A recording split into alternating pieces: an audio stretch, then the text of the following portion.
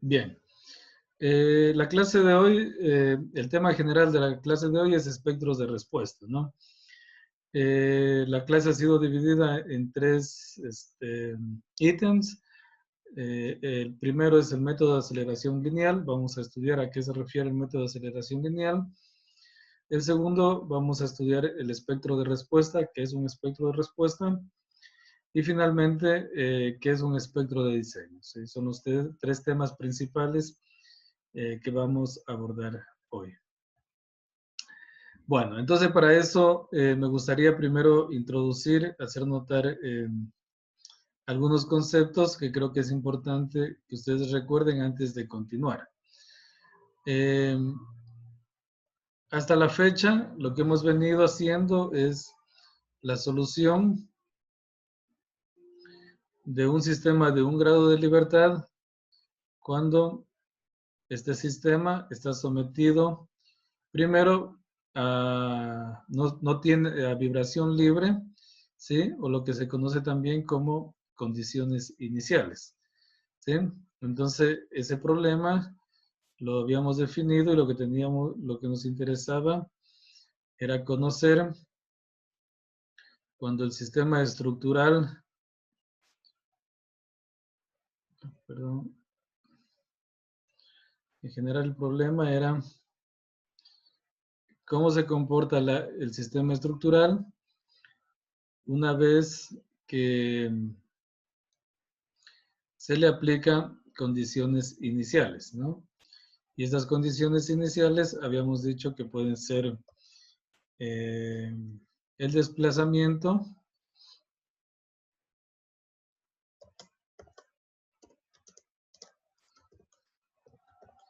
¿sí? O velocidad,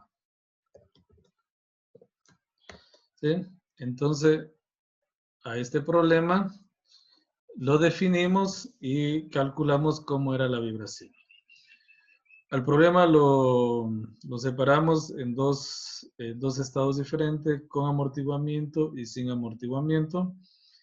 En general, identificamos que M, C y K son los factores con los que representan al sistema, y las cargas externas eran igual, en este caso, a cero, por lo que genera la vibración no es una carga propiamente dicha, sino un desplazamiento y una velocidad inicial. De la posición indeformada pasamos a una posición indeformada y dejamos que vibre libremente. A ese fenómeno lo conocimos como vibración libre y pudimos obtener una ecuación cerrada, y lo que vimos es que podemos obtener una ecuación en función de la frecuencia natural de la estructura, ¿sí? Y mediante funciones geométricas seno y coseno, ¿no? Vimos que el amortiguamiento tiene gran influencia en la respuesta estructural, ¿sí? Y el amortiguamiento es el que hace que la estructura deje de vibrar en el tiempo, ¿no? Además, pudimos observar que la frecuencia de la estructura está en función de la masa y la rigidez, ¿sí? Únicamente. Por lo que eso era importante, ¿no? Los dos parámetros, masa y rigidez, son los que condicionan la forma como va a vibrar la estructura. Una vez que estudiamos este caso y obtuvimos las ecuaciones analíticas, lo siguiente que hicimos fue proponer un segundo caso en el cual el sistema de un grado de libertad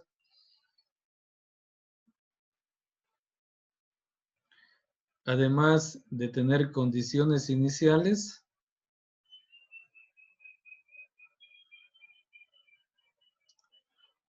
¿sí?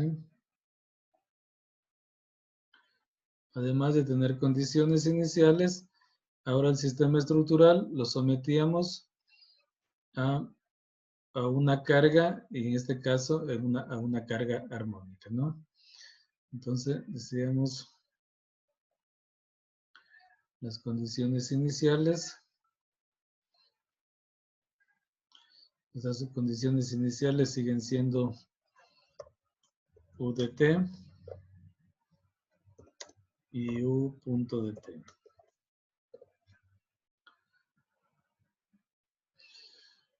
Bien, además les decía, además de la carga de las condiciones iniciales, habíamos definido que la estructura, o hemos propuesto que la estructura también puede estar sometida a una carga. Esta carga P de t, ¿sí?, era del tipo P sub 0 seno o coseno de omega de t. ¿Sí? Esa era la condición de la carga que iba a ser aplicada, ¿no? A ver si lo publicamos por acá.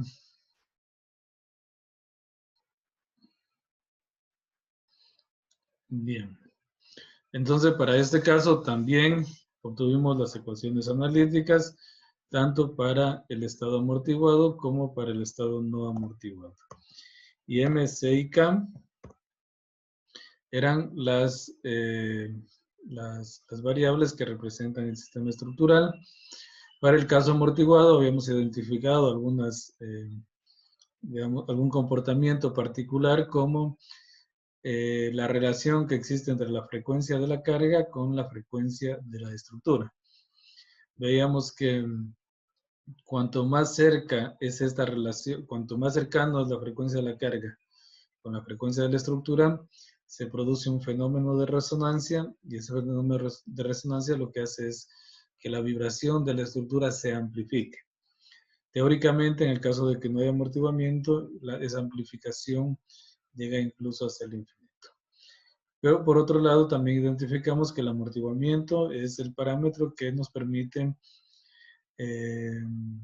eliminar este fenómeno, reducir en primera instancia y eliminar para ciertos valores de amortiguamiento, eliminar la resonancia. También identificamos que existe la respuesta total, es la suma de, primero, la solución de la ecuación diferencial es la suma de una solución particular más una solución complementaria. Y físicamente a eso lo llamábamos como la suma de un estado transitorio más un estado estacionario. El estado transitorio es un estado que tiene mucha influencia en los primeros segundos, pero con el pasar del tiempo, la respuesta transitoria deja de tener influencia y el estado estacionario es el que domina la respuesta total. Por eso decíamos que generalmente lo que estudiamos o la forma de representar este problema es mediante la solución, mediante el estado estacionario. Bien, entonces, si se fijan, un sistema de un grado de libertad con condiciones iniciales, amortiguado y no amortiguado, un sistema de un grado de libertad con condiciones iniciales y carga armónica, amortiguado y no amortiguado. Y lo que vamos a estudiar hoy es un sistema de un grado de libertad, pero este sistema de un grado de libertad ahora no va a tener carga armónica, sino va a estar sometido a una carga sísmica. ¿Sí? Entonces, el sistema de un grado de libertad, como les decía, puede tener también condiciones iniciales.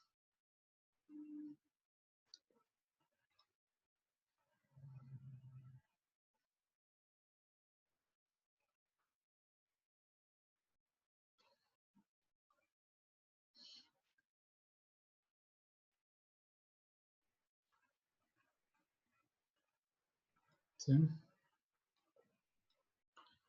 Condiciones iniciales, U de t y U punto de t. Las características, las variables m, c y k siguen siendo las variables que representan la estructura.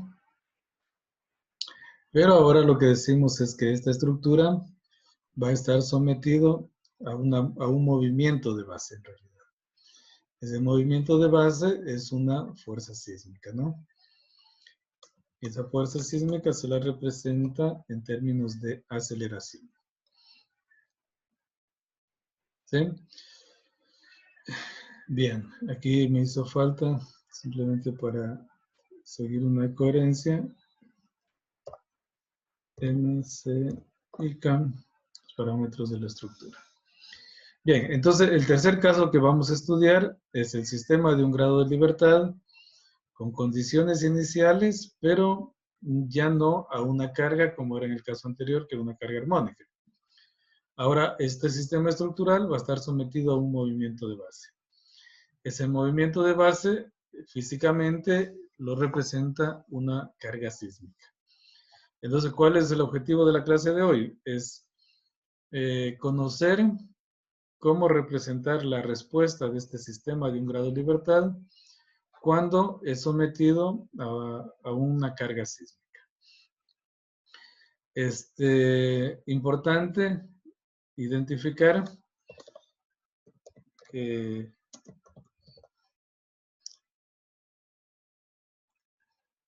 la carga sísmica va a estar representada mediante un registro sísmico o un acelerograma. ¿Qué es lo que se hace? Es cada cierto instante de tiempo, a ver, digamos en términos generales, uno lo que haría es tener un equipo, poner un equipo acá, ¿sí? Y este equipo va a medir cuál es la aceleración que está teniendo el suelo cada instante, ¿no? Cada cuánto estar grabando este equipo, uno puede calibrar, por ejemplo, 0,01 segundos, cada 0,05 segundos graba cuál es la aceleración. Entonces, durante 60 segundos, por ejemplo, graba cuál es la aceleración en el suelo cada 0,01 segundos. Entonces, ese registro al final es el movimiento. Sí, bueno, si tenemos la aceleración, podemos convertirlo en desplazamiento. Y ese registro nos permite conocer cuánto es el movimiento que se le está generando en la base a este sistema de un grado de libertad, ¿no? A este equipo se lo conoce como acelerógrafo, ¿no? Acelerógrafo. ¿Sí? Entonces, bueno, en términos generales, nuevamente repito, un movimiento de un grado, un sistema de un grado de libertad con condiciones iniciales y con un movimiento de base. ¿Sí? El movimiento de base lo representa físicamente un sismo, un terremoto, ¿sí? Y representa carga, la entrada, ¿no? No es una carga como tal, como una carga armónica concentrada en la masa, como habíamos estudiado previamente, sino un movimiento de base. Decíamos que este movimiento de base es grabado o es generado a través de acelerógrafos que son instalados en el suelo, y lo que esos equipos hacen es medir cuál es la aceleración en el suelo cada instante de tiempo, ¿no? El tiempo uno lo puede calibrar, y lo que vamos a ver es que deberíamos esperar una respuesta de la estructura.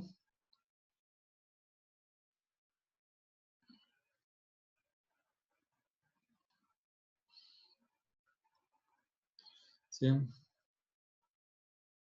De este tipo. ¿Sí?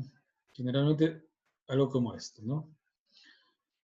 En el eje de las Y está la aceleración en función del tiempo.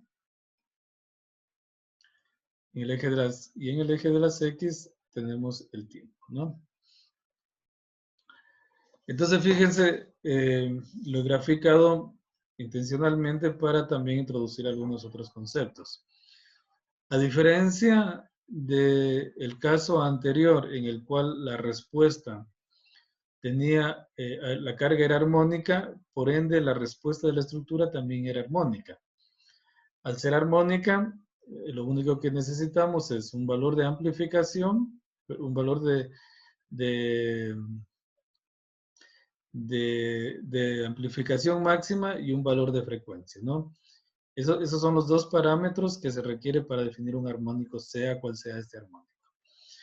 Ahora, si vemos la respuesta de este sistema estructural, podemos darnos cuenta primero que ya no existe una única frecuencia en todo el sistema, ¿no? Si ustedes se pueden fijar, el sistema se mueve con diferentes frecuencias. Ya no hay una frecuencia que define el sistema, ¿sí?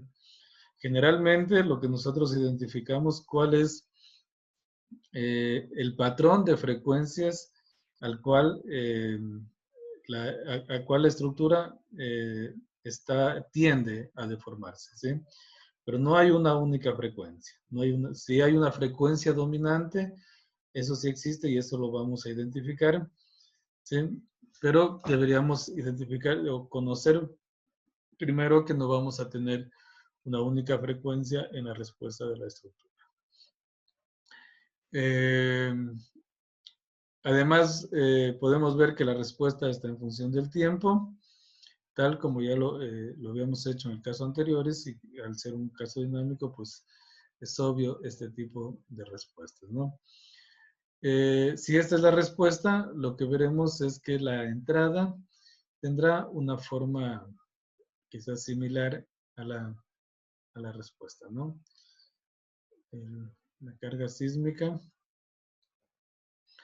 será algo parecido a la respuesta, ¿no?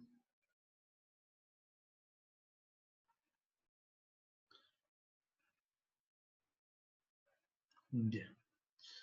Entonces, eso sería el planteamiento del problema. Eso es lo que queremos. Eso tenemos como objetivo hoy, saber cómo resolver la respuesta en el tiempo.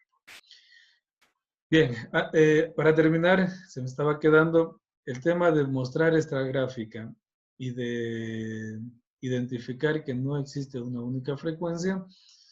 Era para introducir o hacer notar que a diferencia de los dos casos anteriores, el tercero no vamos a tener una ecuación cerrada que nos permita obtener la respuesta en el tiempo. ¿Por qué? Porque, bueno, ustedes pueden ver, no existe un patrón definido en la respuesta. Entonces, para la solución del tercer problema, lo que vamos a hacer es ayudarnos de los métodos numéricos, en específico de un método propuesto por Neumark. ¿Sí? Ese método paso a paso nos permite identificar, conocida la aceleración en el tiempo inicial y la aceleración en el tiempo i y la aceleración en el tiempo i más 1, nos permite identificar cuál es la aceleración de los pasos siguientes. ¿Sí? Un método numérico tradicional, vamos a ver que la aceleración va a ser definida como lineal. La diferencia entre en el tiempo i y el tiempo i más 1, vamos a considerar que el cambio va a ser lineal en la aceleración. Bien, entonces, esto como introducción para que se tenga claro, ¿no? Entonces, el problema planteado, claramente lo pueden notar aquí, masa por aceleración, más c por velocidad, más k por desplazamiento, va a ser igual a menos la masa por la aceleración. ¿Sí? Recuerden, en clases anteriores ya habíamos identificado este término. ¿Sí?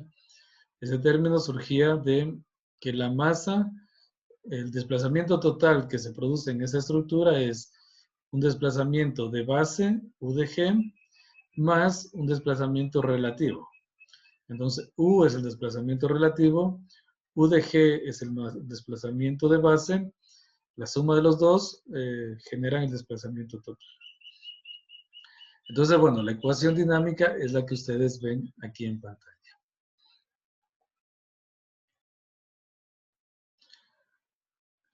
Bien, entonces el método de Neumark lo que hace es identificar cuál es la aceleración en el tiempo i.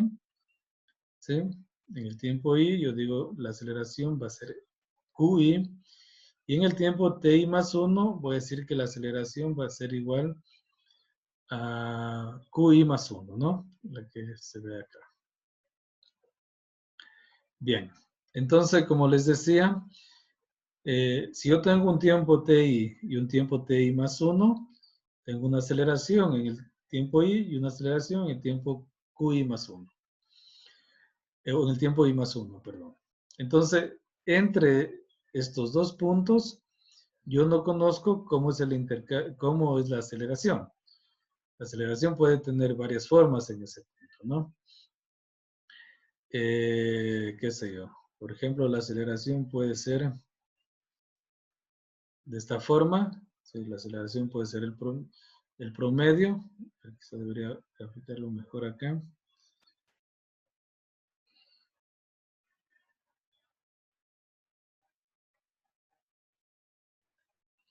La aceleración puede tener este cambio, ¿no? De forma de escalón. La aceleración puede tener un cambio, qué sé yo, exponencial, ¿sí? En ese incremento de tiempo. Bueno, el método de Newmark me dice que entre el tiempo i y el tiempo i más 1, el cambio de aceleración va a ser lineal. Entonces, conocido la aceleración y el tiempo i, puedo identificar que en el tiempo i más 1 primero va a haber un incremento de tiempo. Este incremento de tiempo pues es la resta del tiempo i más 1 menos el tiempo i. Y también que va a existir un incremento de aceleración. ¿Cuál es el incremento de aceleración? Este incremento de aceleración es la distancia, ¿sí?, que existe, la diferencia de aceleración entre i e i más 1. ¿Sí? Entonces, con estas variables, lo que se puede obtener es que la aceleración en cada uno de estos puntos, cualquiera de estos puntos, ¿sí?, va a ser igual a QI, la aceleración inicial, más el incremento de QI sobre el incremento del tiempo, que multiplica a t menos ti. ¿Sí? Bien, veamos qué significa esto. ¿Sí? Bien, lo primero que tenemos que identificar que esto es una línea, una línea. Entonces, a ver, ¿qué voy a hacer? Q va a ser igual a C más M por T, ¿no? ¿Qué voy a hacer? C, M por X, ¿no? Sí, sí. Esta es la ecuación general para una línea recta, ¿no? C es el valor desde 0 hasta donde inicia la línea recta. Cuando inicia en el origen, C vale 0. M es la pendiente de la línea y X es el valor de ordenada, ¿no? El valor en X. Entonces, simplemente lo que se ha hecho es aplicar esa ecuación y QI es el valor inicial de aceleración, ¿sí? Luego tenemos incremento de QI sobre incremento de tiempo. Si se fijan, Y sobre X es la pendiente de esta línea recta, ¿sí? Así que incremento de QI sobre incremento de tiempo es la pendiente y X es la distancia T menos TI, ¿sí? Esto sería T.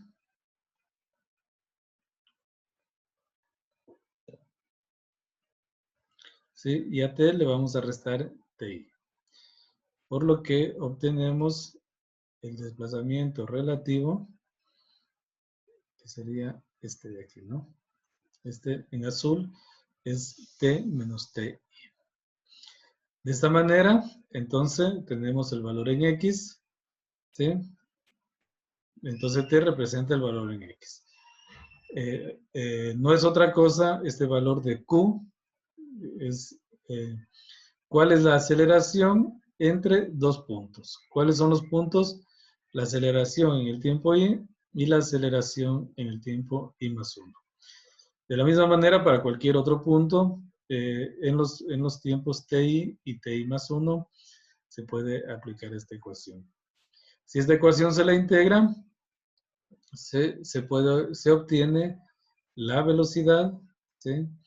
Integrando nuevamente la velocidad, se obtiene el desplazamiento. Y con lo cual se obtienen 3 ecuaciones, ¿sí? Para obtener, insisto, la aceleración, la velocidad y el desplazamiento. Recuerden que se fijen que lo que yo voy a obtener es una aceleración dada una aceleración inicial. Si yo tengo la aceleración en el tiempo i, yo puedo obtener cualquier aceleración en este intervalo de tiempo. Cualquiera entre i e i más 1, ¿no? Esto es lo que hace esta ecuación. De la misma manera, la velocidad y de la misma manera, la aceleración. Bien, una vez que se tienen las 3 ecuaciones, esas son las 3 ecuaciones fundamentales del método de Newmark. El procedimiento para obtener la respuesta en el tiempo de un sistema de un grado de libertad es, lo primero que hay que hacer es obtener la masa, ¿sí? La masa equivalente. La masa equivalente se la obtiene con la ecuación m más c por incremento de tiempo sobre 2 más k por incremento de tiempo al cuadrado sobre 6. ¿Sí? Donde el incremento de tiempo es el incremento de tiempo con el cual se desea hallar la respuesta sísmica. A continuación se halla el incremento de carga, ¿sí? Las expresiones no hace falta que se las repita, son las que ustedes ven acá, ¿sí? Una vez, bueno, tal vez notar que este incremento de carga está en función del incremento de carga inicial menos la aceleración en el tiempo i, y que este incremento de carga va a ser igual, fíjense, en la masa por la aceleración en el tiempo i más 1 menos la aceleración en el tiempo i. Siempre estamos haciendo los cálculos en un intervalo de tiempo que es i e i más 1. Una vez que se obtiene el incremento de carga, se puede hallar el incremento de aceleración mediante esta ecuación en la cual el incremento de carga se divide para la masa, ¿sí? Recuerden, masa por aceleración igual a carga. En este caso hemos despejado el incremento de carga igual al incremento de aceleración, perdón, igual al incremento de carga dividido para la masa. Esta masa se la denomina como masa equivalente, no es la masa real que tiene la estructura. Entonces, con esta ecuación hemos obtenido el incremento de carga. Regresemos un momento, obtengo el incremento de aceleración. Si recordamos en la gráfica anterior, yo tenía la aceleración en el tiempo i y había definido el incremento de aceleración como la distancia desde la aceleración en el tiempo i más 1 hasta la aceleración en el tiempo i, ¿sí? Entonces, si yo tengo la aceleración en el tiempo i, le sumo el incremento de carga y lo que puedo obtener es la aceleración en el tiempo i más 1. Estoy diciendo q i más el incremento de qi, ¿sí?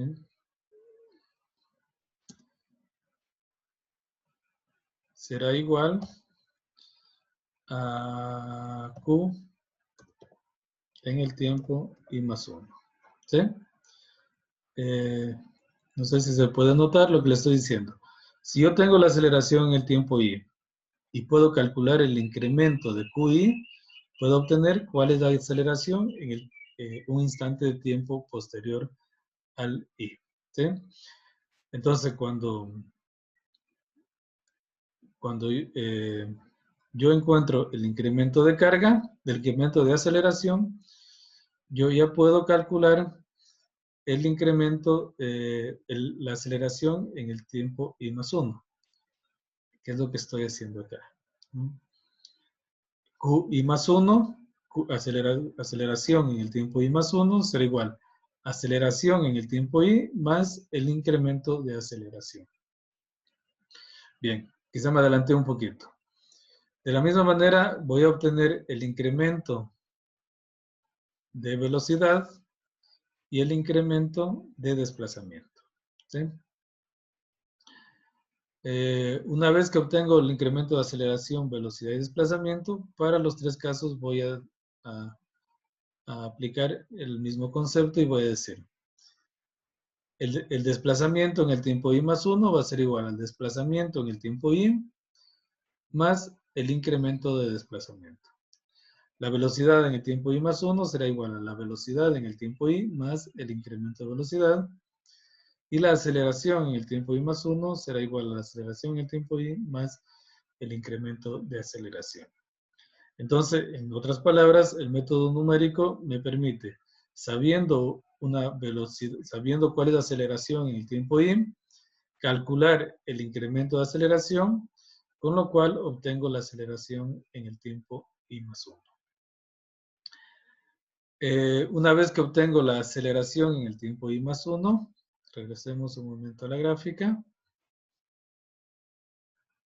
Yo obtengo tengo la aceleración en el tiempo I. Con el incremento de aceleración he obtenido la aceleración en el tiempo I más 1. ¿Sí? Ya tengo estos dos cálculos. Pues bueno, y la lógica me diría que luego tengo por acá otro punto. ¿No es cierto? Y mi objetivo ahora es calcular el siguiente punto, el que está en negro. Pues bueno, con la aceleración en I obtuve I más 1. ¿Sí? Bien, ahora quiero obtener el siguiente paso que está en negro. Lo único que tengo que considerar es que ahora la aceleración I más 1 va a ser la aceleración I y esta aceleración que está en negro será la aceleración I más 1 y aplico el mismo procedimiento. Por eso, lo que hago en el último paso es decir que la aceleración I va a ser igual a la I más 1. Es decir, simplemente ha actualizado las variables. Perdón, acá tenemos la aceleración I igual a la aceleración I más 1. El desplazamiento I será el desplazamiento I más 1 y punto también será igual a la velocidad en I será igual a la velocidad en I más 1. Fíjense, lo único que he hecho es igualar. ¿Sí?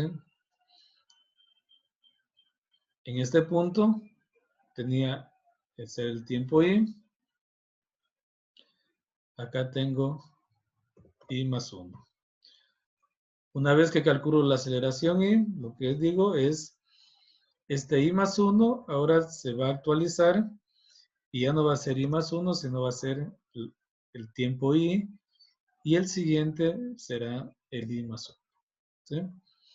Esa actualización, ¿sí?, es lo que estamos viendo acá. I más 1 se convierte ahora en I. I más 1 se convierte en I. Y una vez que ya tengo I y tengo el tiempo I más 1, aplico nuevamente los pasos 2, 3, 4, 5 y 6 y nuevamente obtengo desplazamiento, velocidad y aceleración. ¿Sí? En el 7 vuelvo a actualizar y al actualizar pues encontraré un punto nuevo de interés, puede ser uno por acá, y nuevamente haré una actualización de variables de I más 1, pasará ahí, ¿sí? Y I más 1 ahora será acá arriba, ¿no? Esto tengo que hacerlo para cada uno de los puntos de mi registro sísmico. Y esto se convierte en la respuesta. Entonces, esto estamos viendo una escala micro. Si lo vemos a una escala macro, lo que estaríamos calculando es de la respuesta sísmica,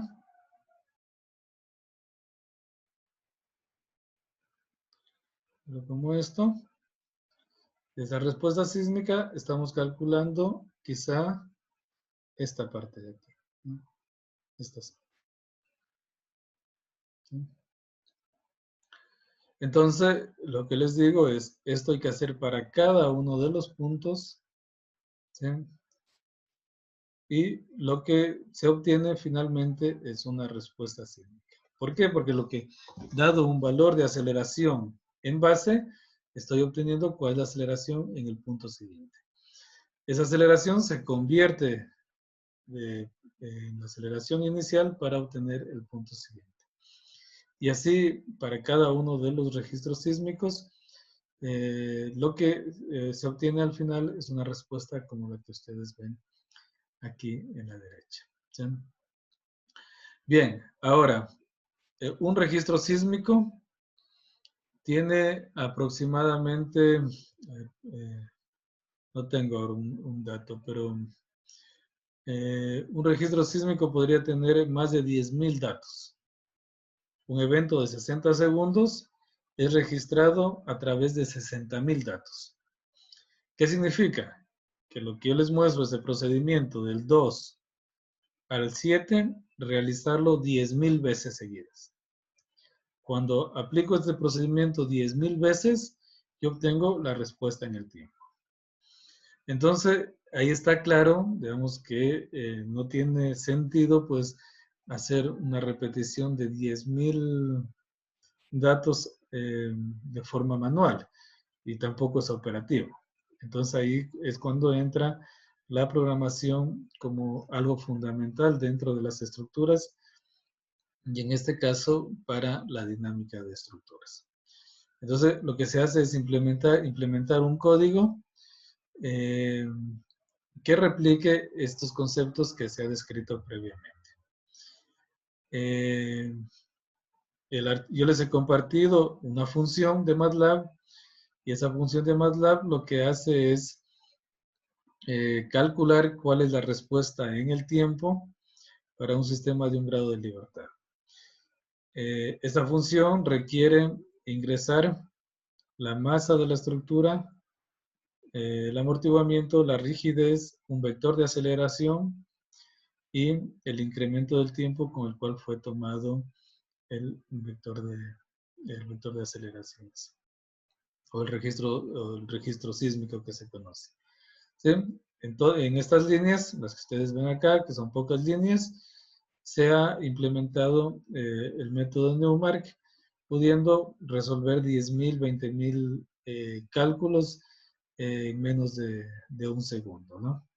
Y al final lo que hace es graficar. Bueno, luego vamos a dar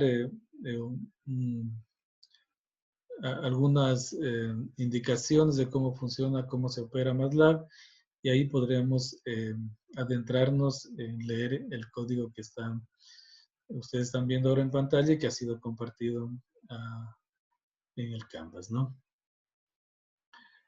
Bien, entonces para esto se tiene planteado en la actividad resolver un problema, el cual lo podemos resolver ahora, o lo podríamos resolver después de unos minutos.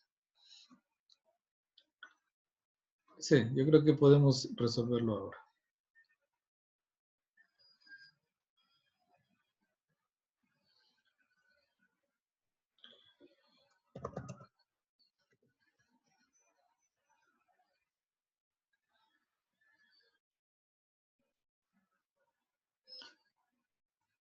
Y vamos a mostrarles, esta es la interfaz de MATLAB. En términos generales, MATLAB tiene la ventana, ¿sí? La ventana en la cual se muestra las carpetas que están corriendo actualmente. Tiene la sección de menús, ¿sí? Dentro de la sección de menús, que es algo importante, está la carpeta que MATLAB está leyendo actualmente. En este caso, MATLAB está trabajando dentro de la carpeta Documentos UTPL Ingeniería de Estructuras, específicamente una carpeta que se llama Espectro con MATLAB. MATLAB, una vez que uno le ingresa a esta dirección a MATLAB, en la ventana izquierda donde se muestra las carpetas que está corriendo, MATLAB permite leer cuáles son los archivos que están dentro de la carpeta Espectro con MATLAB, ¿no? En este caso hay 2, 4, 5 archivos que corresponden a una función y un archivo que corresponde a un documento TXT. ¿Sí? Entonces, en términos generales, la ventana de la izquierda lo que les muestra es los archivos que están dentro de la carpeta que actualmente está corriendo en MATLAB. Si ustedes tienen una función establecida y ya elaborada, para que MATLAB identifique la programación que está hecha en esa función, deberían poner su dirección en esta zona, ¿no? Bien, por otro lado se tiene una ventana de detalles. En esta ventana muestra detalles en cuanto a las variables de cálculo, las variables que se obtienen durante los diversos códigos que se pueden estar corriendo en MATLAB. Luego tiene la ventana principal, que es la ventana de comando de Windows, ¿sí? En esta ventana es donde se ingresan los valores, se ingresan los términos que uno quiere elaborar en MATLAB. Y finalmente, para esta configuración, hay el Workspace. En este Workspace, lo que se va a mostrar son las variables que uno obtiene durante los cálculos de MATLAB, las variables que uno registra. Todos los cálculos que uno elabore en la ventana de comandos se van a visualizar en la ventana Workspace. ¿Sí? Bueno, el menú de acceso directos, pues, tiene para generar un nuevo script. El script es un entorno en donde uno puede generar código, ¿no? Puede abrir un nuevo script, una nueva función, una nueva clase, una nueva figura, o si no, puede abrir archivos previamente realizados, ¿sí? Puede importar datos, guardar el espacio de trabajo. En plots uno puede elegir las diversas gráficas que existen en MATLAB o generar una aplicación de celular, ¿sí? Directamente desde el código de MATLAB. Bien, dentro de MATLAB, MATLAB por excelencia trabaja con matrices. Entonces vamos a ver cómo definir primero una variable, ¿no? Una variable se define con la letra, igual y el valor, ¿sí? Por ejemplo, en este caso, la variable A le he definido que es igual a 25. Con la flecha hacia arriba me muestra todo lo que yo he hecho previamente, ¿sí? En este caso, lo que estoy haciendo el día de hoy o lo que he hecho en días anteriores, ¿no? Bien, esto me permite regresar, por ejemplo, no escribir nuevamente. Y si yo pongo, bueno, antes de eso, fíjense que en la ventana Workspace se muestra que la variable A es igual a 25, ¿sí? Lo que yo hice en la ventana de comandos se muestra en la ventana de Workspace. Les decía, con la flecha hacia arriba puedo regresar a declaraciones hechas previamente. Y en este caso voy a poner una coma, ¿sí? Entonces fíjense que cuando yo pongo una coma, en la ventana no me muestra el resultado. Para cálculos pequeños esto no tiene mucha trascendencia. Cuando tenemos códigos en los cuales hay que repetir 10.000, 20.000 veces la misma acción, hay mucha diferencia entre que muestre los datos y no los muestre, ¿sí? Generalmente uno pone que no se muestren los datos. Una variable, entonces yo defino una segunda variable como 35, ¿sí? En el workspace se me ha definido b igual a 35, ya que tengo dos variables, yo puedo operar con esas variables. Por ejemplo, puedo decir que a más b, que c va a ser igual a más b. ¿Sí? Entonces c, a ver, ¿sí? Ahí sí. Entonces c es igual, el valor de c es igual a 60. Puedo decir que d va a ser igual a a sobre b, ¿sí? Que es 1,40, a menos b, perdón, de e, a menos b es igual a menos 10, ¿sí? O, bueno, cualquier cálculo que ustedes quieran realizar. F, a por b. Bien. En general, una vez que tengo definidas las variables, directamente yo pongo el valor de la operación que quiero, el símbolo de la operación que quiero realizar, y los cálculos se realizan automáticamente. Entonces, LC, yo borro la pantalla. ¿Sí? Borro la pantalla, pero las variables se mantienen. ¿Sí? Eso es importante. Simplemente por facilidad de visualización, yo puedo borrar la pantalla y todas las variables siguen almacenadas. Por ejemplo, yo quiero saber cuánto vale F, simplemente digito la letra F y me dice que F vale 875. O A, en este caso A vale 25, ¿no? No se ha borrado. Que no es lo mismo que yo ponga clear, ¿sí? En lo cual, al poner clear y CLC, borro la pantalla, pero también he borrado todas las variables que yo había almacenado previamente, ¿sí? Eso en cuanto a variables con valores numéricos. Ahora, cuando tenemos una variable que es una matriz, la forma de definirla es A igual, y entre corchetes vamos a asignar los valores. Vamos a ponerlos por filas. La primera fila de la matriz va a ser igual a 1, 6 y 9. ¿Sí? Cada término, cada columna la separo con un espacio. Y luego voy a pasar a la segunda fila a través del punto y coma. Y voy a decir 6, 9 y 9. Punto y coma, 3, 6 y 5.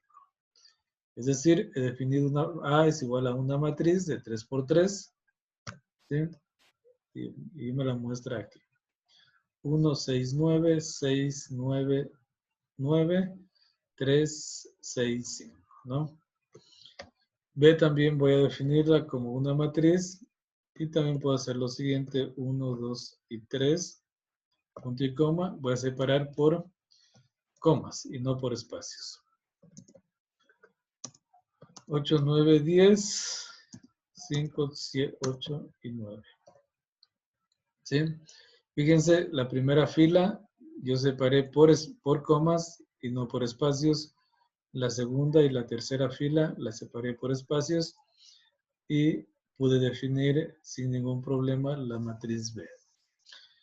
Y nuevamente, ya que está definida la matriz A y B, yo puedo operar, decir que C va a ser igual a la suma de la matriz A más B. ¿Sí? Entonces tenemos el resultado. Recuerden que la suma es término a término, ¿no? El término B1, 1 con el término A1, 1. Entonces 1 y 1, 2, por ejemplo, 3 y 3, 5 y 9, 14. ¿Sí? Tenemos la suma de las dos matrices. Cualquier cálculo que quieran hacer entre matrices, ¿no?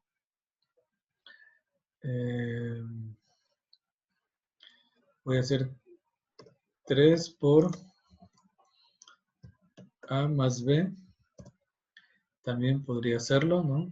Es decir, la variable C por 3, 6. Recuerden que 3 multiplica cada uno de los términos. 3 por 8, 24. ¿Sí? Tenemos la operación. Cualquier cosa que se les ocurra. 3 por A, ¿sí? 3 al cuadrado, ¿sí? Por A más B. ¿Sí? Bueno, ahí tienen el resultado de la matriz C. ¿Sí? Una vez simplemente definen las variables como matrices, pueden operar entre las matrices como ustedes gusten, ¿no? Fíjense que A, B, C, D y E se han grabado dentro de, se muestran dentro del workspace. CLC borro y luego digo que me muestre E y veo que está almacenada la variable E, está almacenada la variable D y está almacenada la variable A. Bien, entonces de esta manera se definen, se hacen los cálculos dentro de la ventana de comandos. Ahora, bueno, esto tiene aquí, digamos, uno utiliza la ventana de comandos cuando quiere hacer cálculos pequeños o cuando quiere introducir texto para llamar a otros códigos o para llamar a funciones generalmente. ¿Por qué? Porque una vez que yo ya he generado, ya he escrito, ¿sí? Yo ya no puedo editar nada, ¿sí? Todo queda, todo se borra. Entonces, por eso lo que uno lo que hace es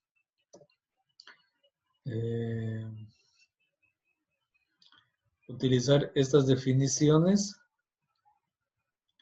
pero no, pero desde un script, ¿no? Y no desde la ventana de comandos. A ver, ABC.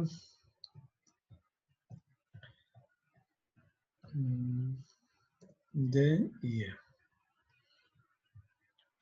¿Sí?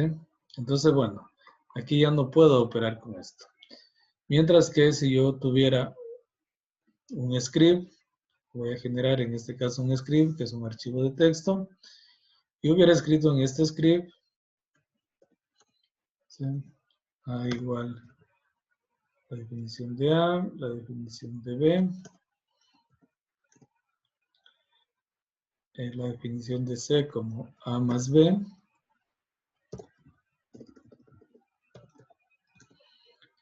la definición de D como 3 por A más B, la definición de E como 3 al cuadrado por A más B. Yo eso puedo escribirlo desde el script. ¿Sí? Borro. Esto pongo guardar.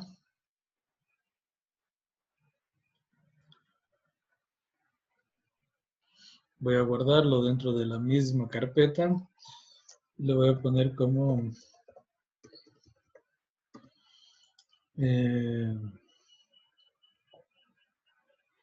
no sé, cualquier nombre. Script 1.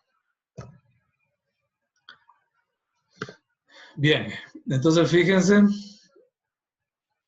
En la parte izquierda ahora se ha generado un nuevo script, un nuevo archivo tipo script. ¿Sí? Se ha denominado script 1. Antes teníamos 5 funciones que se llamaba, perdón, 5 archivos tipo función y un archivo tipo texto. Ahora se ha incrementado un archivo tipo script. Entonces, cuando yo tengo este script, yo puedo, desde la ventana de comandos, llamarlo y poner edit script 1, ¿sí?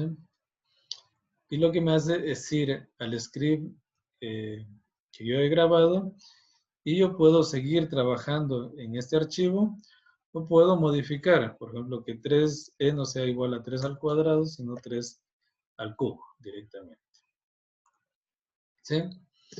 Ahora, si yo quiero correr, simplemente lo que pongo, si yo quiero correr todas las funciones que están dentro del script, simplemente llamo como script y lo que se hace es operar todo lo que está dentro de ese archivo de texto. Por ejemplo, yo puedo poner aquí punto y coma en cada línea para que no me muestre ninguno de los cálculos. ¿Sí? Simplemente voy a borrar la pantalla y voy a borrar todas las variables. ¿Sí? Fíjense que A, B, C, D y E, en este caso las voy a borrar. Y voy a llamar al archivo script1. Entonces fíjense lo que ha pasado es que ha leído lo que está dentro de script1 y dentro de script1 hay definiciones de A, B, C, D y E. Esas definiciones no las ha mostrado porque yo las he puesto con punto y coma y en el workspace están definidas cada una de estas. Yo las quiero visualizar, puedo poner A y me va a mostrar lo que es A, me va a mostrar lo que es C, me va a mostrar lo que es E. ¿Sí? Entonces, esa es la principal ventaja de escribir desde los scripts. Yo puedo continuar escribiendo un código, ¿sí? O puedo editarlo si es que quiero hacer algún cambio. Fíjense que cuando estoy hablando de un programa con muchas líneas de texto, muchas líneas de código, pues sería inviable estar escribiendo aquí todas las líneas de código, ¿sí? Sin poderlas almacenar. Entonces, para eso es el script. Bien, entonces eso en cuanto a la definición. Fíjese que aquí primero definí variables, luego definí matrices. Definí variables mediante valores enteros y luego definí variables mediante matrices. Ahora, ¿qué es lo que pasa? Yo les decía que, por ejemplo, aquí en la ventana de la izquierda me muestra 5 archivos tipo función. Entonces, ¿qué es una función? Una función es un método establecido que yo programo para que MATLAB realice. Por ejemplo, yo puedo crear una función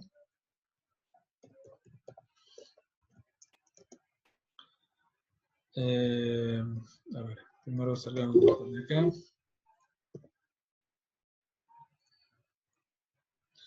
Voy a poner nuevo. A ver. Voy a poner nuevo. A ver, no me sale la opción. Bueno, no hay problema. Voy a poner nuevo y voy a definir una función. A la función le voy a dar un nombre. La función suma. Denme un minuto.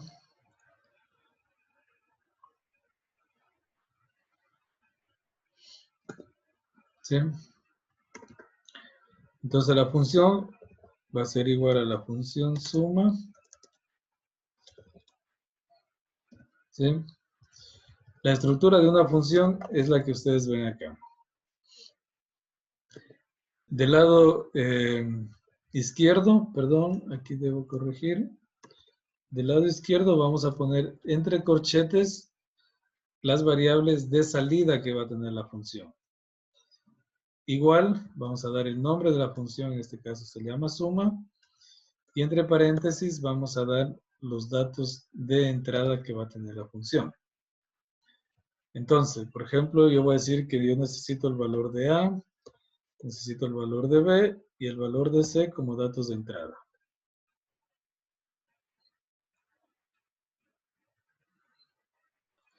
Pero, a ver.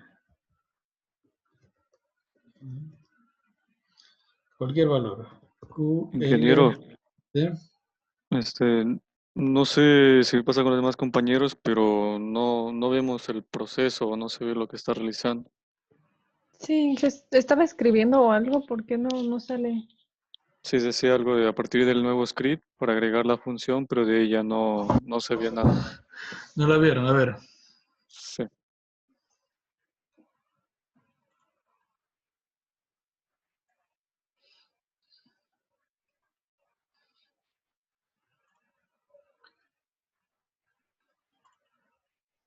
Ahí están viendo el script, ¿no? Sí, ahí sí sale. Sí, genial. Bien. Sí, sí, sí. Entonces, les decía, ¿cómo definimos una función? Del lado izquierdo ponemos la palabra función, en inglés, obviamente. Luego vamos a poner entre corchetes los valores de salida igual al nombre de la función, en este caso la función se va a llamar suma, y entre paréntesis, ahí sería entre paréntesis los datos de entrada. A ver, insisto, la estructura. Entre corchetes los valores de salida. Igual, le damos un nombre a la función, en este caso suma, y entre paréntesis los valores de entrada. Entonces les decía que para que funcione la función, valga la redundancia, yo voy a decir que necesito las variables Q, L y J. Y como resultado voy a obtener la variable A. ¿Sí? De todo lo que yo opere voy a obtener A. Entonces, ¿qué es lo que tendría que hacer el usuario? El usuario tendría que ingresar Q, tendría que ingresar L y tendría que ingresar J. Cuando ingresa las tres variables, lo que va a obtener es A. Y lo que hago luego, dentro de la definición de función, lo que hago es decir que A, por ejemplo, va a ser igual a Q más L, lo que sea, y más J. ¿Sí? Esa es la definición que estoy dando para la función. Bien, entonces lo que hago es guardar esta función. ¿Sí? La voy a guardar con el nombre que la he definido, que se llama suma. ¿Sí? Y les voy a compartir ahora, entonces,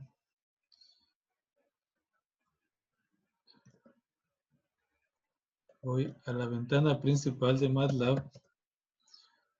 ¿Me confirman si están viendo la pantalla principal? Sí, genial. Sí, Sí. ingeniero. Bueno, entonces lo primero que podría ver es que que existe una nueva función que se llama suma. ¿Sí? Y esa función, bueno, ustedes saben, lo hice con ustedes, lo que hace es sumar tres términos.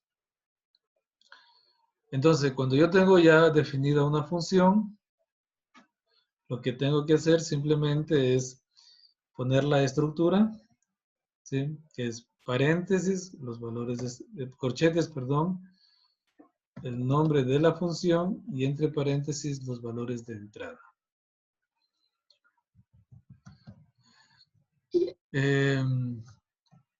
Yo había definido aquí como A, aquí había definido como Q, L y J, si no me equivoco, pero no hace falta que tenga la misma nomenclatura de cómo yo definí. Es decir, esto puede ser J, y aquí voy a poner 3, aquí voy a poner 5, y aquí voy a poner 6. ¿Sí? Entonces, lo que obtengo es que J es igual a 14. ¿Sí? ¿Por qué J es igual a 14? Porque recuerden que la función lo que hace es sumar el término, cada uno de los tres términos, es decir, 3 más 5 y más 6. Eso es lo que está haciendo la función. Entonces, en vez de aquí poner 3 más 5, digamos lo que hice ahora, simplemente yo pongo los valores de entrada y obtengo el valor de salida en J. Aquí me sale que A es igual a 14. Eso es porque al definir la función no puse el punto y coma, ¿no? En este momento le cambio el punto y coma. Llamo nuevamente a la función y obtengo que J es igual a 14. ¿Sí? También podría, digamos, pongo J cuando yo quiero almacenar la variable, en este caso en J. Si yo no pongo el valor de salida, por defecto, todo se va a guardar en ANS, ¿no? Entonces en ANS vale 14. Entonces, eso es una función, ¿no? Una función es la suma de muchas actividades que yo incorporo dentro de una sola sección. Esta sección necesita valores de entrada, que yo los defino, y con esos valores de entrada, la función opera. Una vez que opera, yo obtengo la respuesta según el código que he realizado. ¿Sí? Si me dan un minuto.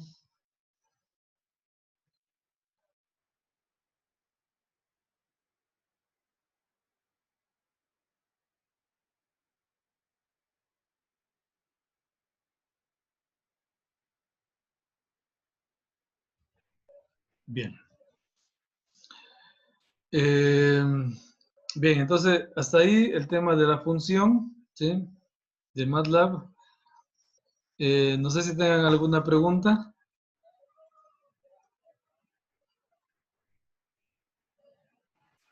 Creo que no hay. ¿Está claro? Sí, Sí, bueno, si han recibido programación previamente, entonces entiendo que esto lo entienden los conceptos. Cuando uno se pasa de un programa a otro, si sabe programar, bueno, es lo que tiene que ser, digamos, si se sabe los conceptos de programación, es fácil trasladarse de un programa a otro, ¿no? Quizá lo difícil es los conceptos, incorporar los conceptos de programación. Entonces, bueno, este tema de incorporar funciones es, que les estoy dando ahora, es debido a que yo les voy a dar una función, ¿sí? El resolver el sistema de un grado de libertad mediante un registro de aceleraciones está almacenado dentro de una función. Entonces, lo único que yo tengo que hacer es incorporarle los datos a esta función, ¿sí? Y voy a obtener directamente los resultados. Bien, ¿tienen alguna pregunta, alguna duda?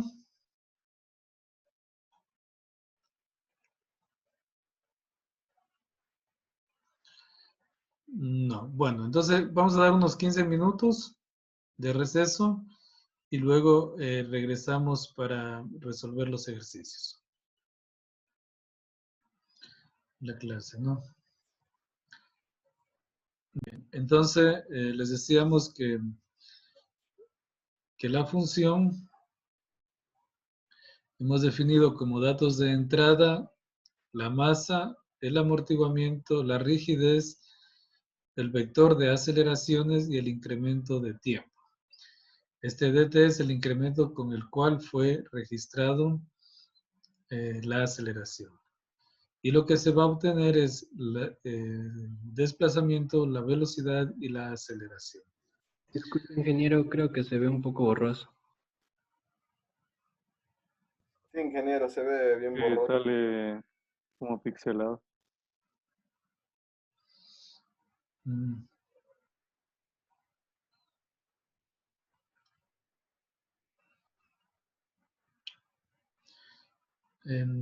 Para todos tienen el mismo problema. Sí.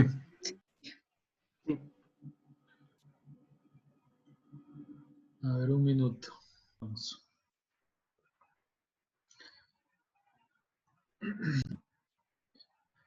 Entonces habíamos descrito la estructura de la función, la cual como datos de salida es el desplazamiento, la velocidad y la aceleración, y como datos de entrada la masa, el amortiguamiento, la rigidez, un vector de aceleraciones, vector de n filas, ¿sí? Por una columna, y dt el incremento de tiempo. Algo que es importante tener en cuenta es que el orden con el cual se menciona en la definición de la función debe ser respetado al momento de llamar a la función. ¿Sí? Es decir, primero debería estar la masa, luego el amortiguamiento, luego la rigidez, luego un vector de aceleraciones y luego el vector de incremento, no el vector, sino el dato de incremento de tiempo.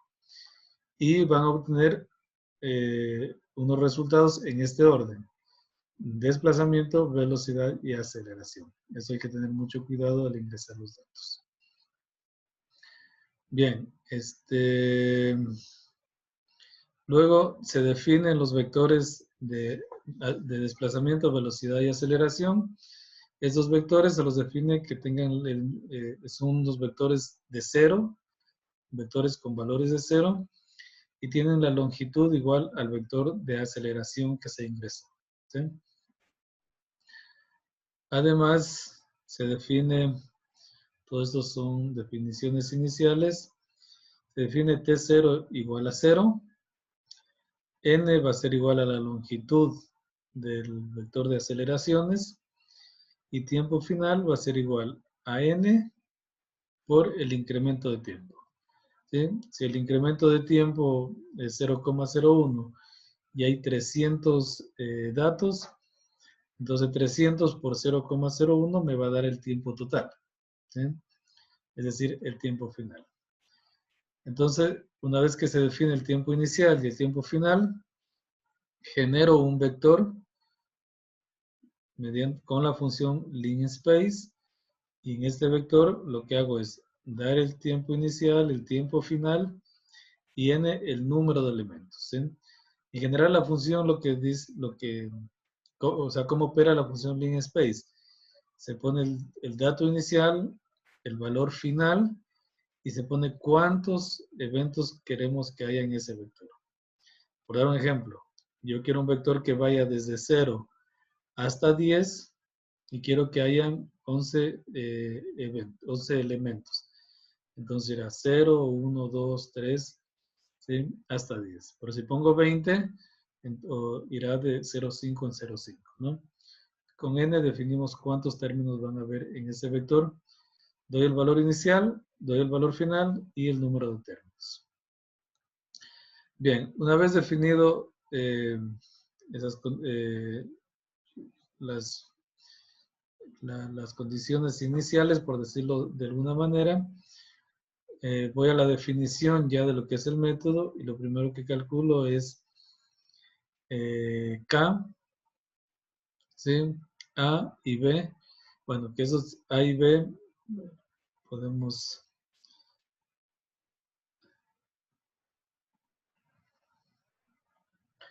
Un minuto para...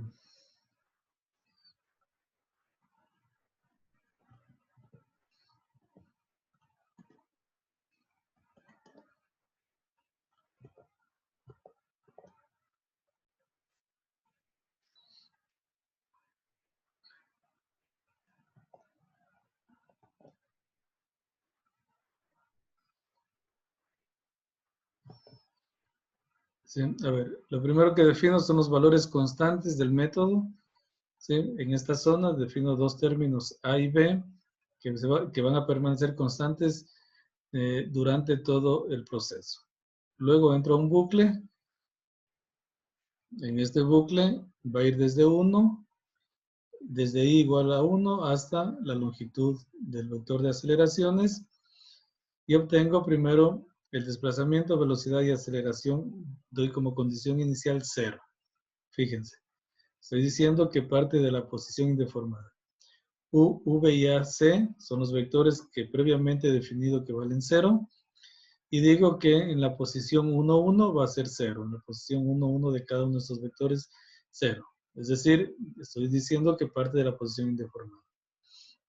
Calculo el diferencial de fuerza, calculo el diferencial de aceleración, diferencial de velocidad,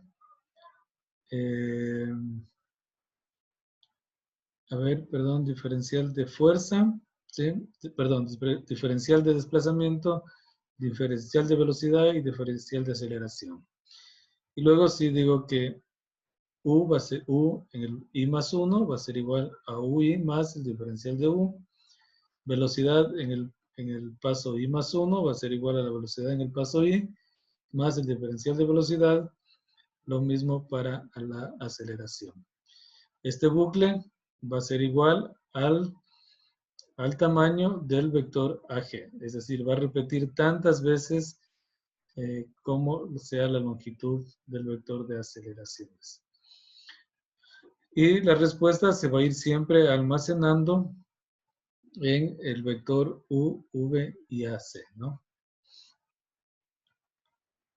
Fíjense que con estas pocas líneas yo puedo hacer los cálculos, ya les voy a mostrar cómo son los datos de entrada, pero son más de 10.000 datos que va a tener 10.000 eventos, datos, o el bucle va a tener 10.000 iteraciones, ¿no? Y luego, bueno, defino cómo graficar, ¿sí? Genero una figura primero, ¿sí? Y utilizo la función subplot. Subplot permite graficar o realizar varias gráficas dentro de una misma figura. 3, 1, 1 representa 3, representa el número de filas, 1 el número de columnas y 1 significa qué número de gráfica. Es decir, a la figura la voy a dividir en 3 filas, en una columna, y en la primera gráfica quiero que me grafique el tiempo versus el desplazamiento. Subplot, la figura dividida en 3 filas, en una columna, y la figura 2 quiero que sea el tiempo versus la velocidad. La figura dividida en 3 filas, una columna, la figura 3 va a ser el tiempo versus la aceleración. Además ha definido un título y las etiquetas en Y y las etiquetas en X. ¿Sí? En general, esto es la función. Bien.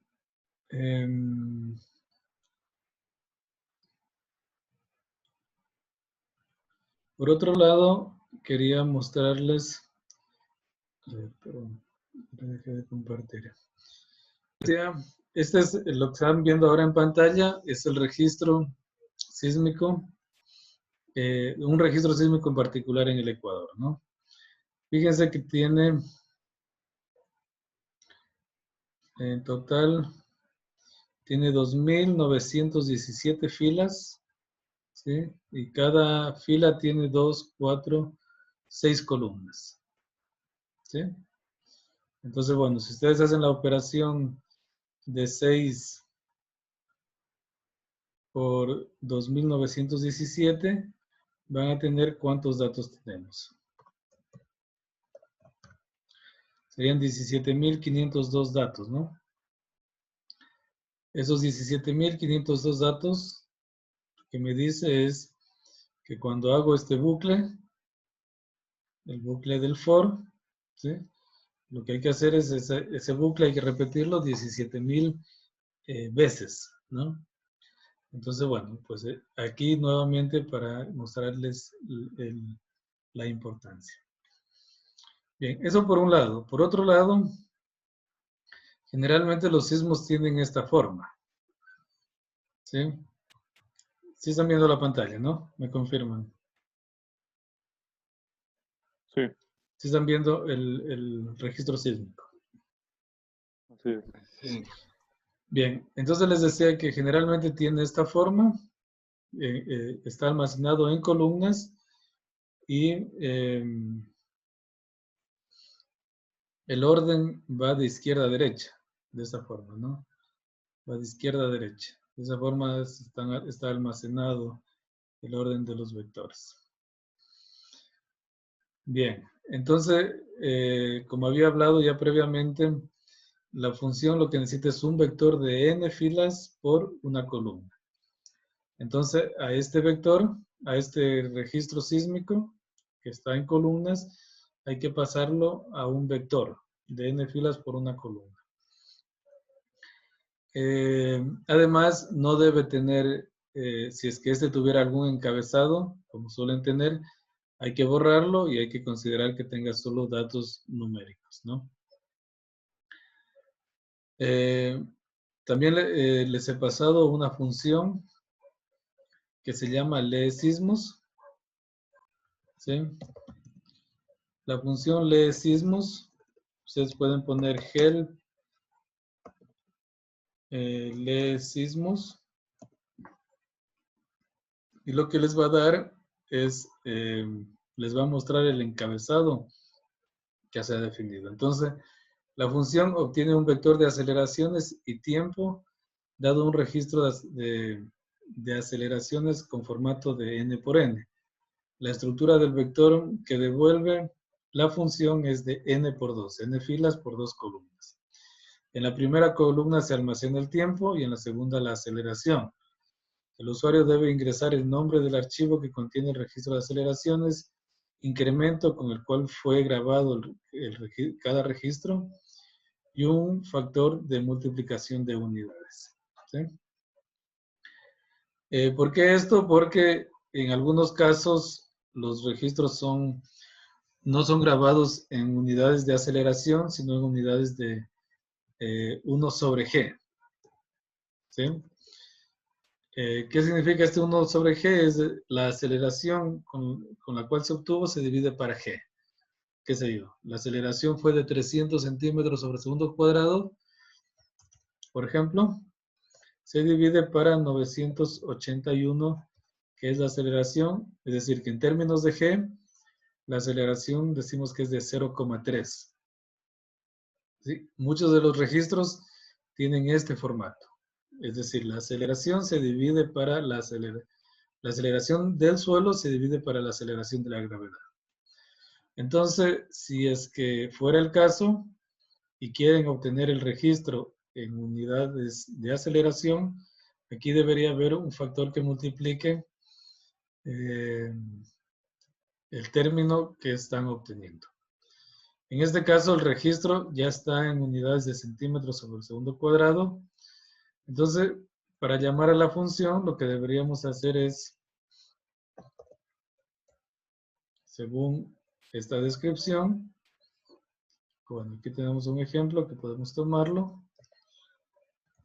Vamos a llamar a la función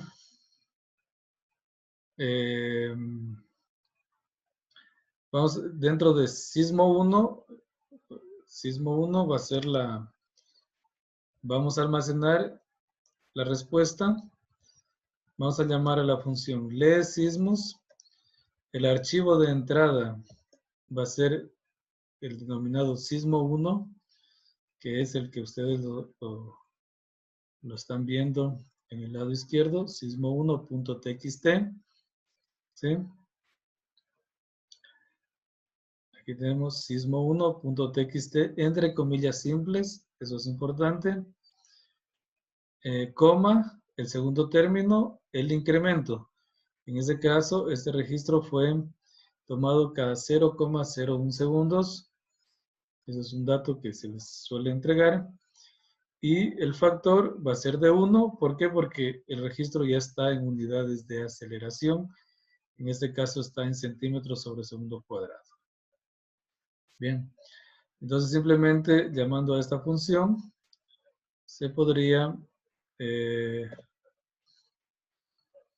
obtener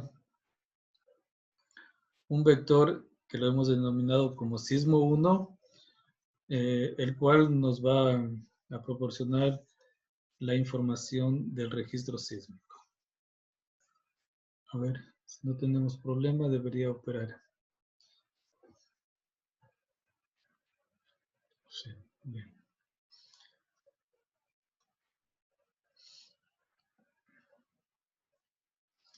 Bien. Bueno, al igual que, digamos, como hemos venido viendo, en la parte izquierda, derecha, se ha almacenado la función sismo 1, la variable sismo 1, perdón, que tiene 17.502 filas por 2 columnas, ¿no es cierto? Además, la función les permite visualizar cuál es el registro en el tiempo, ¿sí?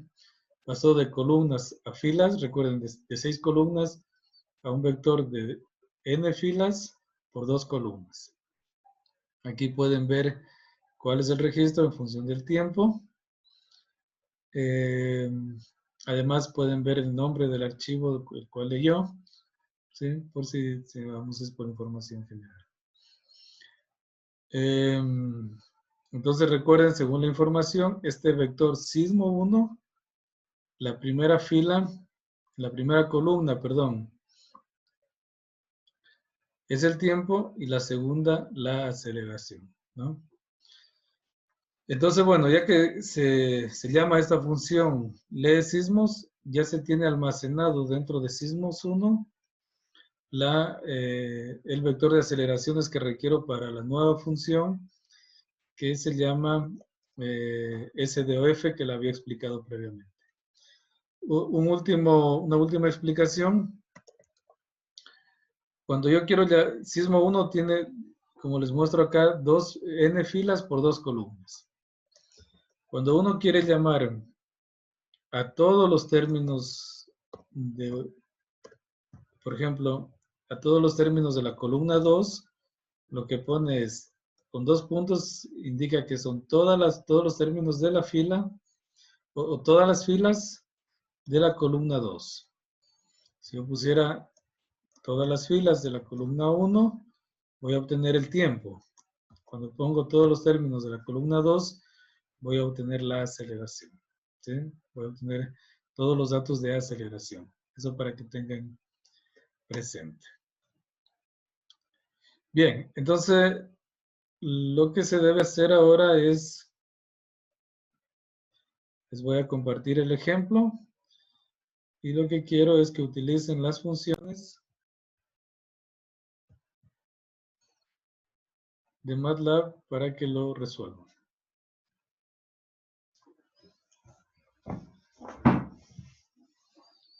¿Sí? ¿Sí se entendió o no? Inge, una pregunta. Disculpe, para abrir en MATLAB hay que abrir todos los documentos que nos descargamos, porque si solo los abrimos sale como en bloc de notas. A ver, ¿cómo quieres abrirlos? ¿Para qué quieres abrirlos? Para abrirlos en MATLAB a las funciones, A habría ver, que utilizar el icono de abrir, ¿cierto? a ver, lo primero que debes asegurarte es que estés dentro de la carpeta donde tienes los archivos, sea la carpeta en la que está corriendo MATLAB. No sé si ahí estás bien. Ah, creo que no. Voy a pasar ahí los archivos. Espera. No, si no los tienes ahí, pues simplemente utilizas aquí en buscar carpeta y vas a donde tengas los archivos. Si quieres, puedes compartirme la pantalla, de paso que ven el resto y les sirve para Ya. como aprendizaje, ¿no?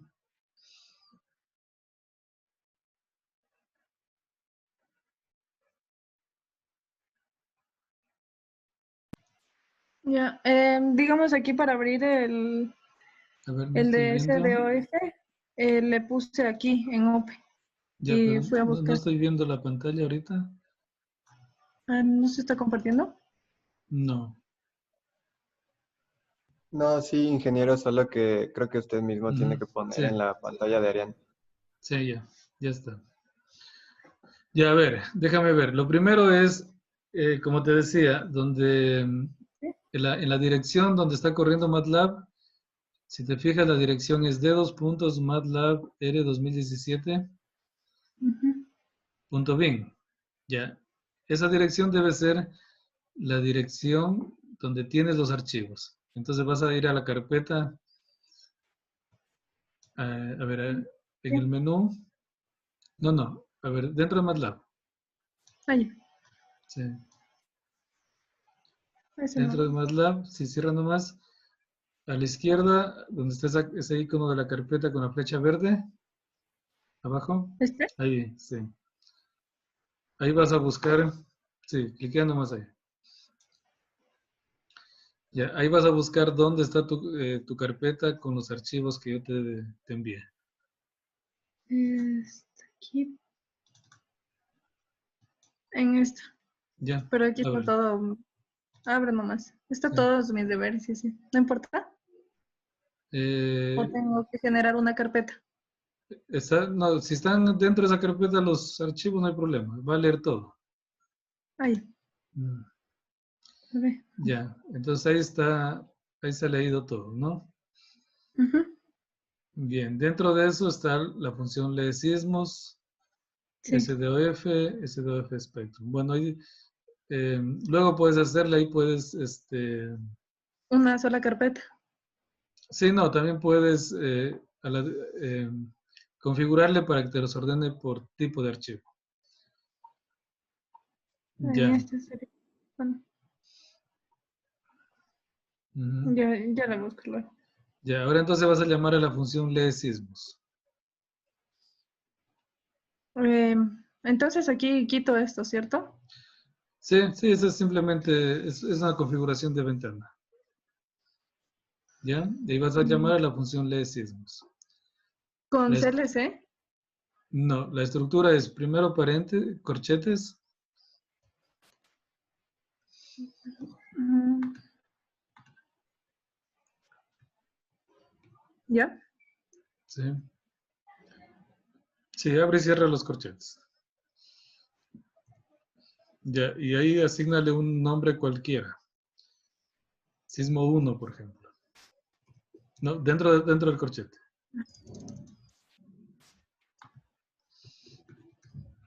Ujú. Igual. Sí, pero O no. afuera. Igual Afuera. fuera del corchete, sí. El nombre de la función, leesismos. Ujú. Entre paréntesis. Abre y cierra los paréntesis. Mira que, bueno, sí, importante. Bórrale un ratito el paréntesis, el que cierra ese paréntesis. Ahí. Nuevamente cierra ese paréntesis, bórralo. ¿Lo borro también? Bien. Y abre nuevamente. Ya, ahí quédate. Mira Ay. que como ya está grabada la función, automáticamente MATLAB te dice cuáles son los parámetros que debes ingresar. Ay, y esos ¿Entiendes? parámetros que debo ingresar son con los del ejercicio. No, no, no. Ahora estamos pasando de un archivo con formato de 6 columnas y n filas a obtener un vector de n filas por 2 columnas. Porque los datos que se ingresan a la función deben corresponder según lo que uno tiene. Ujú. Entonces ahí vas a poner el nombre del archivo donde está el sismo. Pero estaba...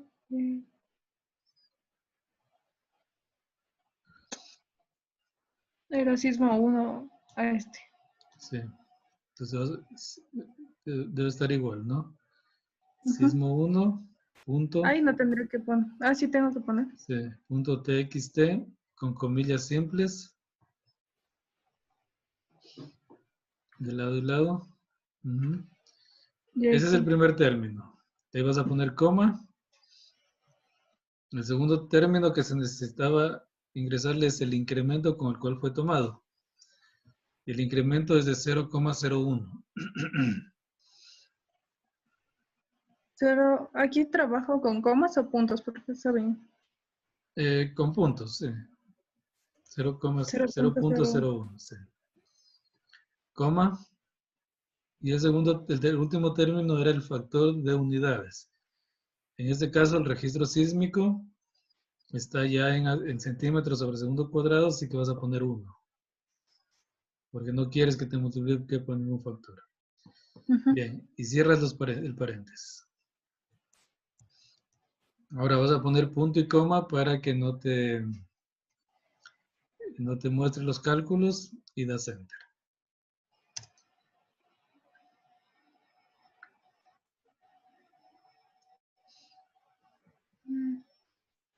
Ah, ya. ¿Sí? Ah, Entonces, ahí ya te graficó. Recuerda que había un archivo de texto con muchos datos. ujú. Primero, los 10.700 datos era difícil verlos, ¿no? ¿Qué representan? Pues bueno, aquí hay una figura que ya te dice que en el eje de las Y está la aceleración, en el eje de las X el tiempo, 180 segundos y valores máximos de aceleración de 700, cercanos a 700 700 centímetros sobre segundo cuadrado.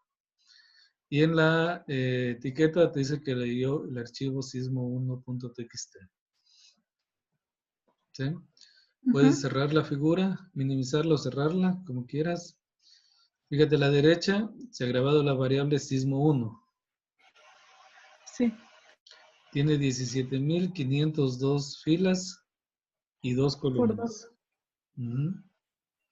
Ay, Y según la definición de la función, la primera fila, la primera columna es el tiempo y la segunda columna es la aceleración.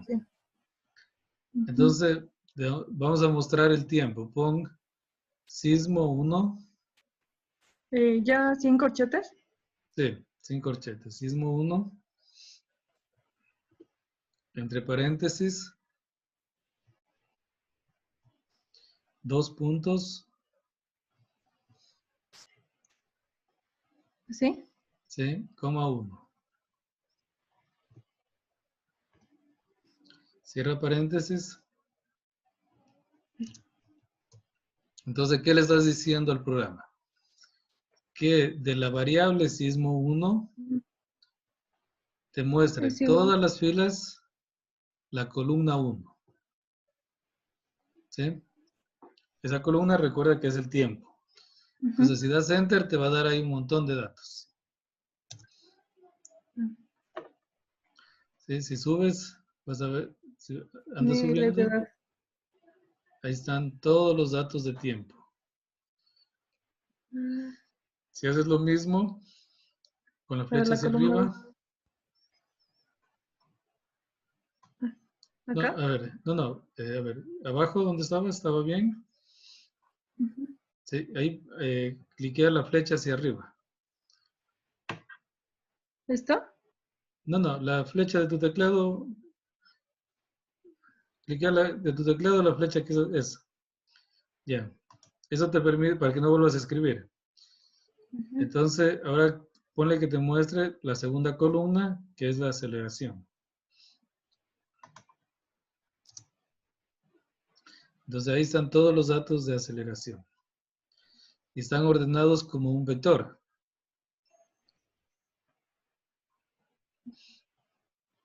¿Sí? ¿Sí se entiende por qué es esto? ¿Por qué se quiere hacer esto? Es porque en la función de respuesta en el tiempo, el formato en el cual se debe presentar, se debe ingresar la aceleración es en formato de vector, tal como el que estás viendo ahora. ¿Sí? Y los registros sísmicos no se los descarga en un formato de vector de n filas por una columna, sino se descarga como un archivo de TXT con 6 columnas, 7 columnas. Entonces la primera función lo que hemos hecho es a la aceleración ponerla en el formato que queremos.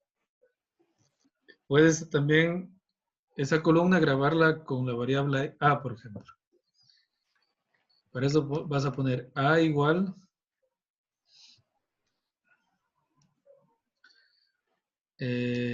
sismo 1.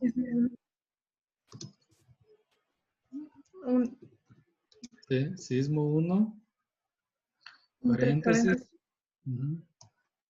Todas las filas. ¿Todas las filas? Sí, está bien lo que pusiste. Los 2 puntos te dice todas las filas. Coma. La columna 2. Cierras paréntesis, punto y coma. Enter. ¿Sí? Entonces fíjate a la derecha, ya tienes el vector A, que es aceleración. ¿Sí? Ahora, ese es uno de los datos que vas a ingresar. El resto de datos que vas a ingresar a la función SDOF va a ser los que yo te pongo y los que yo presento en las diapositivas. Solo, a ver, ya que estamos aquí para que todos puedan visualizar. La función SDOF, ¿recuerdas qué estructura tiene? ¿Los datos que nos pedía? A ver, cada función tiene una estructura determinada. Por ejemplo, la función SDOF eran 3 datos de salida y 5 datos de entrada. Ujú. Si no lo recuerdas, puedes poner help, espacio, el nombre de la función, SDOF. ¿Sí? Enter. Ajá.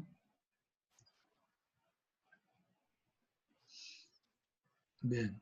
Entonces, en la descripción de la función, le dice en la parte superior que debes ingresar el valor de masa, debes ingresar el valor de amortiguamiento, el valor de rigidez, el valor de aceleración en forma de vector que ya lo tienes, y dt, el incremento del tiempo con el cual fue obtenido el registro, que también ya lo tienes, que es 0,01. Ujú. Y del lado izquierdo van a ser 3 variables que puedes darle el nombre que vos quieras, pero siempre se acostumbra relacionados a la variable. En este caso, U, V y AC, ¿no? Que Sí. es desplazamiento, velocidad, aceleración. Entonces, a ver, si quieres puedes copiarle la estructura. Esta sería. Sí, sin la palabra función. Todo eso. Copiar y pegar. Ya. U, V y AC puedes dejarlo como datos de variables de salida. SDOF, el nombre de la función, y ahí vas a incorporar el valor de Los masa. datos. Sí. A ver, espérame un ratito, antes de eso. El valor de C, el valor de K, todavía no los tienes, y AG ya tienes, ¿no es cierto? Ujú. AG es el valor de aceleración. Sí, y dt 0.01, que es el incremento del Ya. tiempo. Mientras tanto, ingresa esos 2 valores. Aquí Eso es llamo como A, que es mi vector. exactamente. Y ahí 0,01. Entonces, simplemente te hace falta ingresar el valor de masa, de Amortiguamiento. amortiguamiento y de carga. Con eso ya vas a obtener el desplazamiento, la velocidad y la aceleración. ¿Sí? ¿Está claro para todos? Sí. Sí, Inge. Ya. Entonces, bueno, háganlo y cuéntenme a ver cómo les va. ¿Debo de compartir, Inge? No puedes seguir para que vean todos. O si quieres dejar de compartir, también no hay problema. Ya comparto yo el mío. Ah. ¿Para que usted comparte entonces o hago nomás? Sí, deja de compartir si quieres, deja nomás, no hay problema.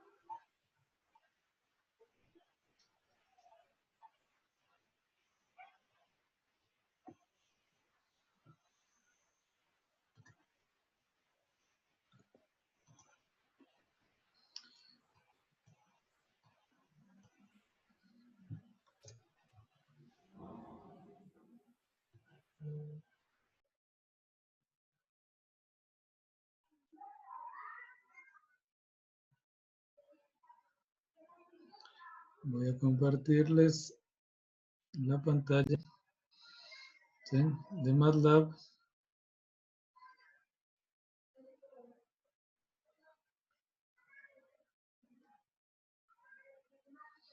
Bien, entonces les decía,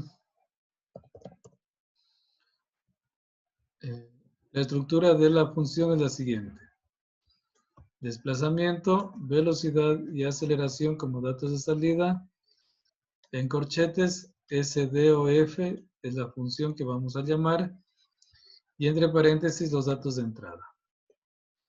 La masa es igual a 0,20489.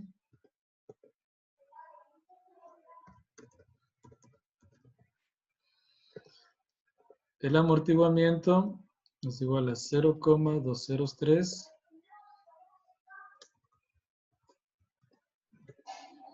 y la rigidez 0,193.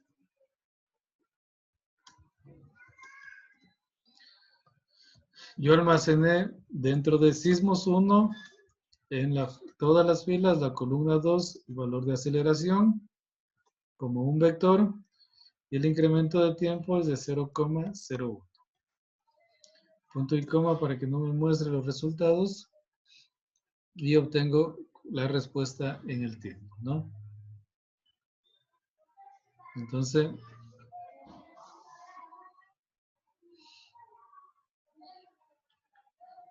la primera gráfica obtengo el desplazamiento, en la segunda la velocidad y en la tercera la aceleración.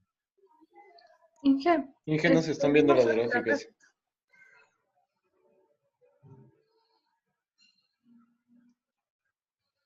Bien.